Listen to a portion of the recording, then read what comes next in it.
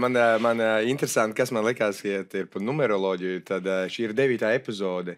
Un kāds man arī teica, ka 9 ir mans laimīgais skaitlis, un es tam tā īpaši nepievēršu uzmanību, bet 9. augustā mēs izcīnījām bronzas medaļu Olimpiskajās spēlēs.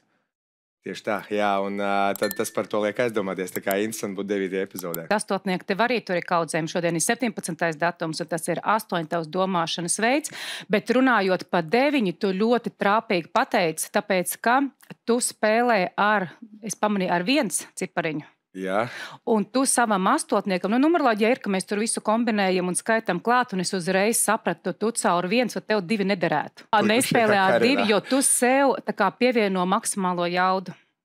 Tieši tu, es jau izpētīju visus tavus pāriniekus, par to mēs arī izrunāsim, kāda jums tā sadarbība, bet ideāli 9 ir tev tur viennozīmīgi. Nu, tu esi super jaudīgs, principā tā tu ienāci šajā telpā, tāda enerģija man iedeva, tu pat pats to neapzinies. Nu, tur ir tā tava asbestā enerģija. Patīkam dzirdēt, ka es kaut ko iedod kādam citam arī, jā. Tu visai Latvijai.